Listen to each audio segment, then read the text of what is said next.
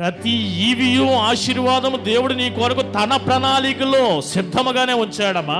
కానీ వాటిని నీకు బహుమానముగా ఇచ్చే క్రమంలో ఒక పరీక్షా కాలము, ఒక టెస్ట్ అనేది ముందుంటది. నిన్ను పరీక్షించే పీరియడ్ ఏదైతే ఉన్నదో, సమయము, ఆ పరీక్షా కాలంలో నీవు అపవాది చేత నీవు మోసగింపబడతావు, అబద్ధముల చేత మోసగింపబడతావు. అప్పుడు మోసపోకుడి. ఉదాహరణకి అబ్రహాము విషయంలో చూడండి, శ్రేష్టమైన ఈవులు ఆశీర్వాదాలు ఆయన కొరకు ముందుగానే దాచేవాడు. అయితే చాలా సుదీర్ఘ కాలము పరీక్షింపబడ్డాడు అబ్రహామే కాదండి, యోసేపును కూడా నేను మీకు జ్ఞాపకం చేస్తున్నాను. ఐగుప్తులో ఆయన ఆ రీతిగా దేశమంతటికి అధ్యక్షత వహించగలిగే ఆ స్థితిలో ఉండగలిగాడు అంటే ముందు ఎంతటి పరీక్షాకాలము. అన్నల చేత పట్టబడుట, అమ్మివేయబడుట, ఒక పనివాడిగా, దాసీగా. ఈ పరీక్షా కాలంలో అబ్రహాముకు శ్రేష్టమైన ఈవులు ఇవ్వడానికి దేవుడు దాచిపెట్టి ఈ మధ్యన టెస్టింగ్ పీరియడ్, పరీక్షా కాలంలో ఈ దేవుడు నిన్ను ఎంతగానో ప్రేమించాడు కదా, నీ దేవుడు నీ ప్రేమమయుడు కదా, దేవుడు అడుగుడి మీకు ఇవ్వబడును అన్నాడు కదా.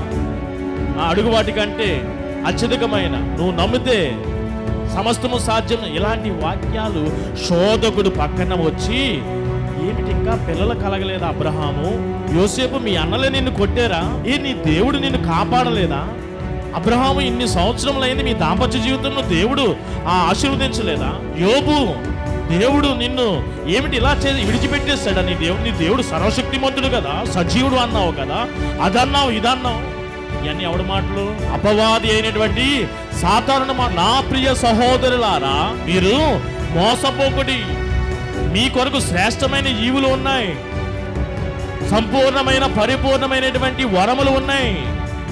దేవుడు మీకు అనుగ్రహించడానికి సిద్ధంగా ఉన్నాడు, జ్యోతిర్మయుడిగా ఉంటున్నాడు పరలోకపు తండ్రి. ఈ మధ్యలో ఆయన మీకేం ఉచితంగా ఇచ్చాడు, కానీ కొద్దిపాటి పరీక్షా కాలములో మోసపోతావేమో. నా ప్రియ సహోదరుల, మీరు మోసపోకండి.